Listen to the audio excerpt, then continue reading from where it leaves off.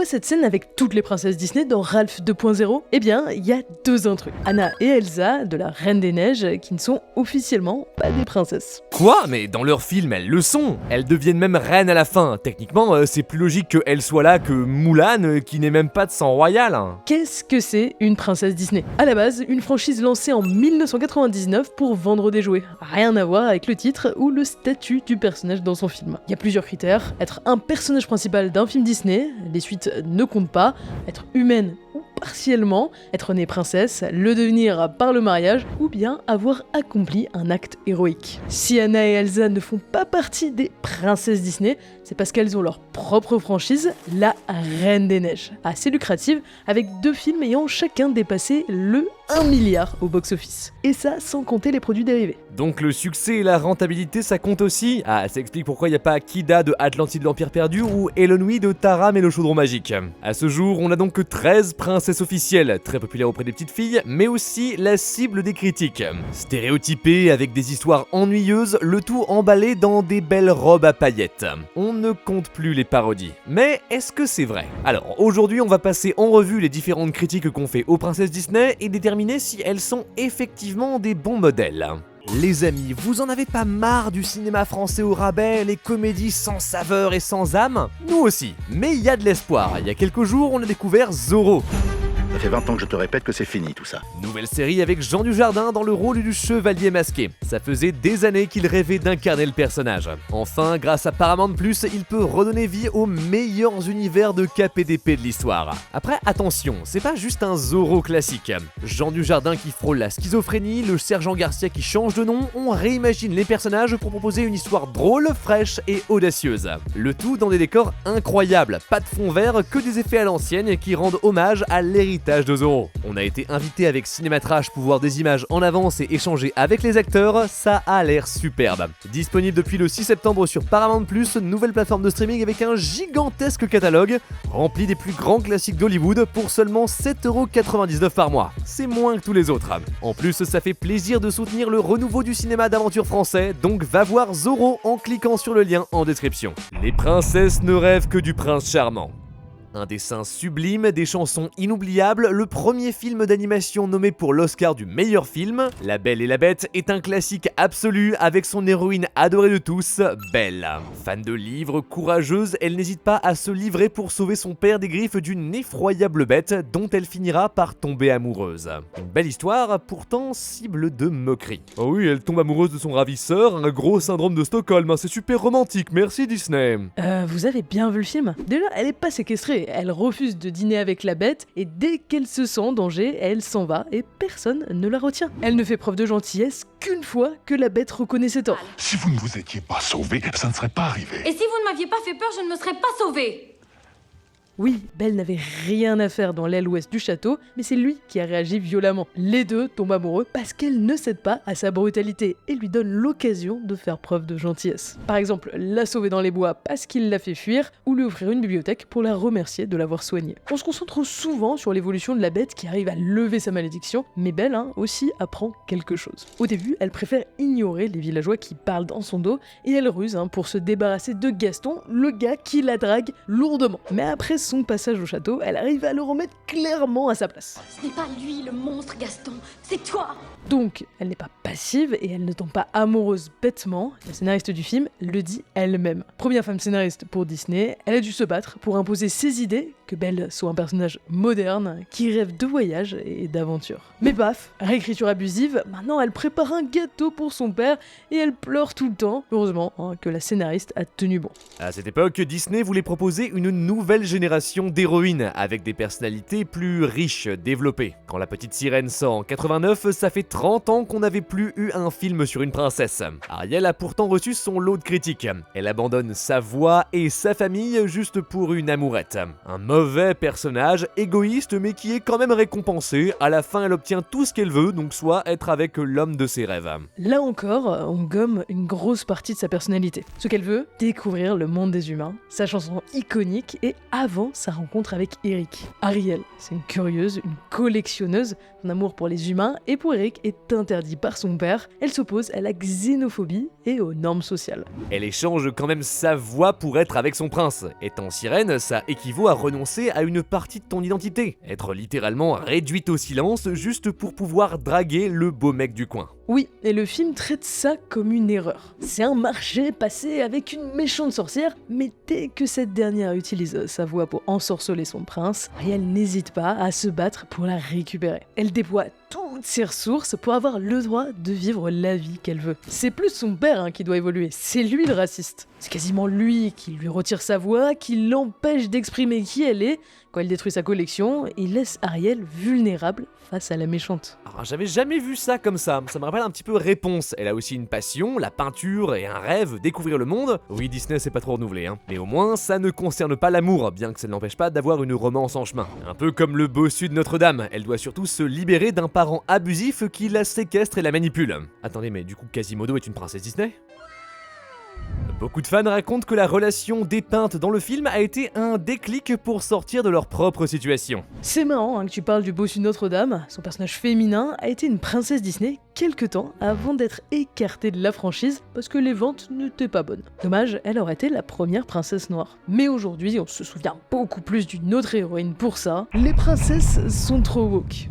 Nouvelle-Orléans, début du XXe siècle, Tiana est une jeune serveuse qui veut ouvrir son propre restaurant. Voilà une princesse avec des qualités exemplaires, ambition, détermination, autonomie. Le problème, La princesse et la grenouille s'est vendu comme le premier film avec une princesse noire. Or, Tiana passe la majeure partie de l'histoire en grenouille. Voilà un pays à représentation. Déjà, pendant sa production, son nom Maddie et son métier domestique avaient été accusés de racisme. Soit l'opposé de l'ambition de Disney qui a modifié le personnage. Aujourd'hui, Tiana est considérée comme une icône, elle a ses défenseurs. À la sortie de la bande-annonce de Ralph 2.0, elle apparaît avec les autres princesses, mais légèrement redesignée, sa peau paraît plus claire, ses cheveux n'ont plus la même texture. Voilà, ça crée une grosse controverse, Disney accepte finalement de la réanimer pour qu'elle ressemble davantage à sa version 2D. Ça reste dommage que la première, et pour l'instant seule, princesse noire soit transformée en animal pendant son film. Mais c'est bien sa version humaine qui est commercialisée par Disney, évidemment.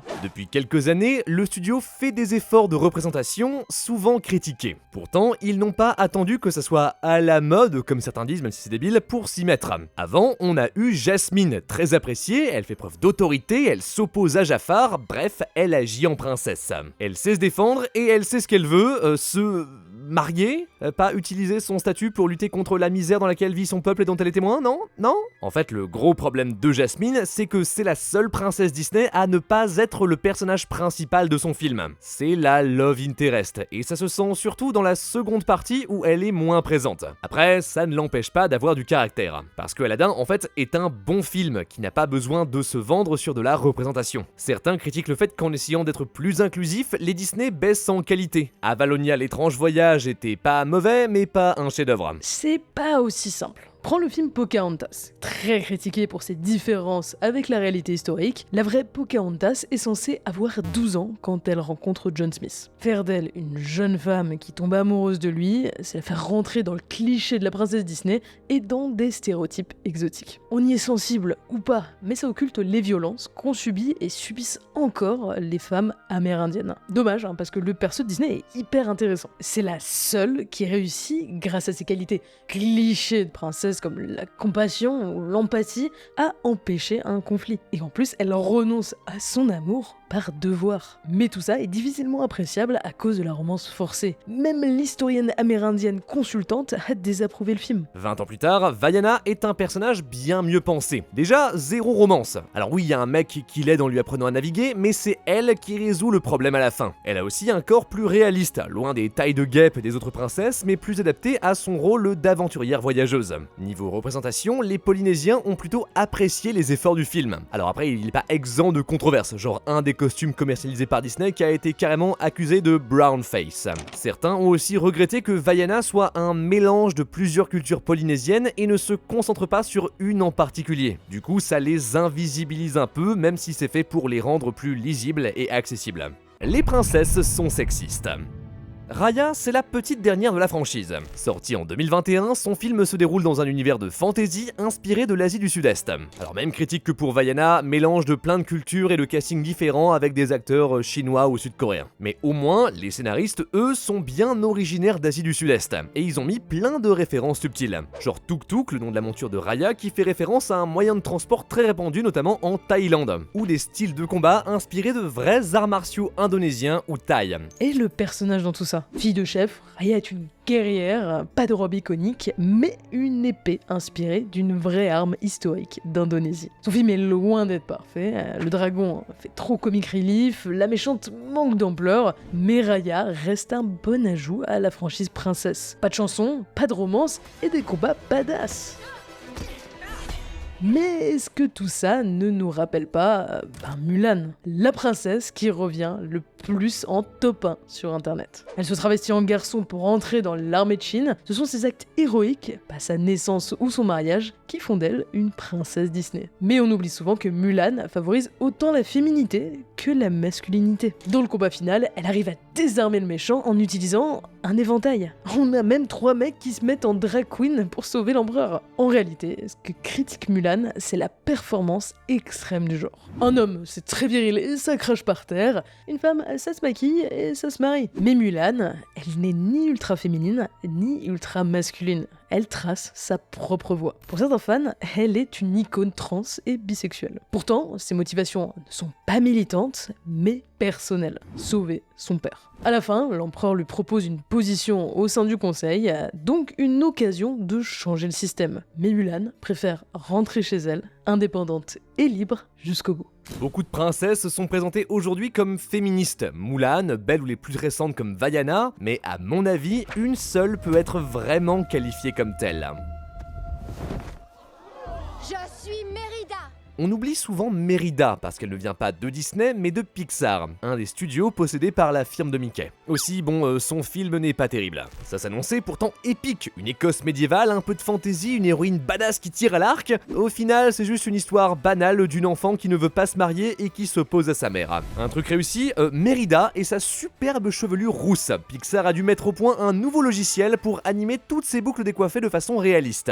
Parfait pour sa personnalité flamboyante et impulsive. C'est la seule princesse ouvertement féministe dans ses revendications, comme dans la scène du tournoi de tir à l'arc où elle décide de concourir pour sa propre main. Mais ce caractère rebelle risque de déclencher une guerre entre les clans, alors elle apprend à faire preuve de diplomatie, prouvant sa légitimité de futur monarque sans avoir besoin de se marier, une écriture plus subtile qu'il y paraît. Comme Vaiana, son physique s'éloigne des canons de beauté classiques. Mais pour l'intégrer à la franchise princesse, Disney lui a donné un nouveau design 2D, une taille plus mince, sans son arc, mais dans une robe pailletée, similaire à celle qu'elle porte pendant le tournoi et qu'elle déchire de frustration. Bref, ils l'ont fait rentrer dans le moule. Même problème avec Mulan, habillée en garçon la majeure partie du temps, ses poupées se vendaient pourtant avec des robes. L'opposé du message de son film où elle n'est pas à l'aise dans cette image hyper féminine. Comme quoi, ok pour des héroïnes différentes, mais pas trop non plus. On doit vendre des jouets.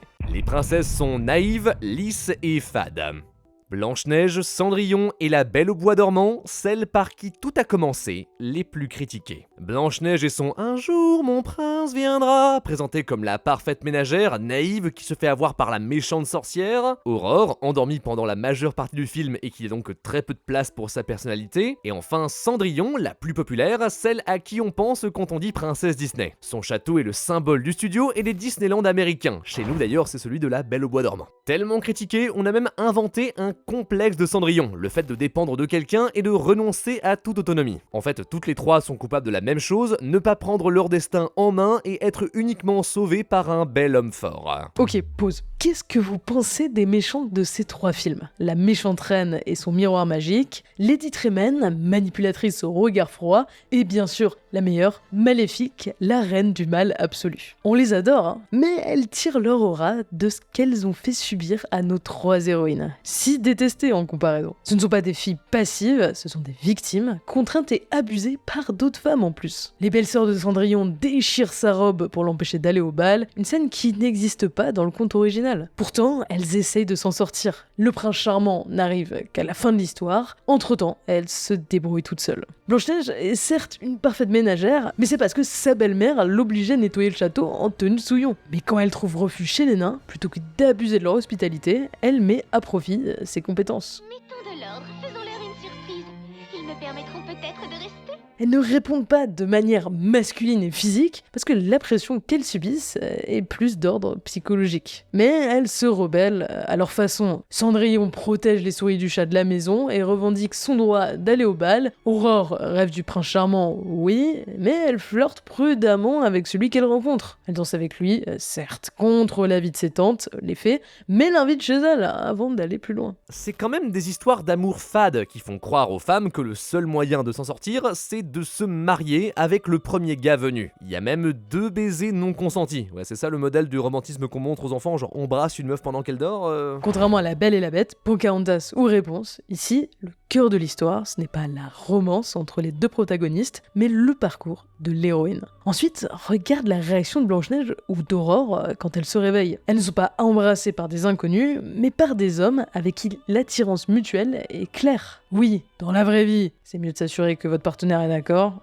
bien sûr, mais dans la vraie vie, il n'y a pas de dragon. Cendrillon est peut-être la plus moderne des 3, hein. Comme ses petites sœurs Ariel et Belle, elle ne veut pas épouser un prince charmant. Ça, c'est l'objectif de sa belle famille. Quand Cendrillon danse avec lui, elle sait même pas qui c'est. Aller au bal, ce n'est qu'un moyen d'échapper à sa vie d'abus et d'isolement, même juste pour un soir. Faut-il refaire les princesses en mieux ? Les princesses sont bien plus complexes que ce qu'on dit. Et même Disney s'y est mis. La scène de Ralph 2.0 les réduit à des gimmicks et des clichés pour le fanservice. Les animaux qui parlent, la séquestration, l'homme fort, presque interchangeables, alors que chacune a sa propre personnalité. Ça se sent aussi dans les remakes live action, où le but, c'est de corriger ces héroïnes démodées. Le prochain, c'est celui de Blanche-Neige, où d'après l'actrice principale, l'héroïne soit représentée comme une leaduse. Alors pourquoi pas ?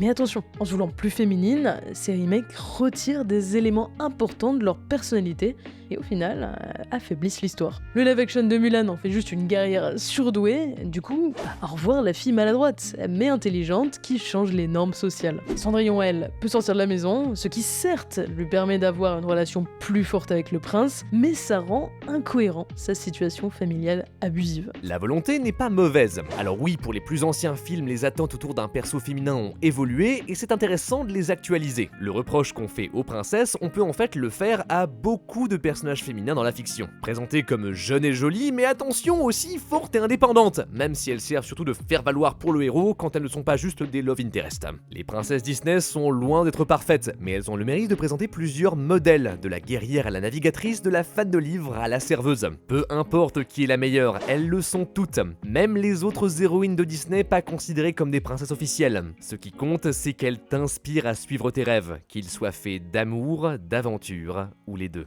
Encore merci à Paramount Plus de sponsoriser la vidéo. Allez voir Zo avec Jean Dujardin en streaming avec le lien en description.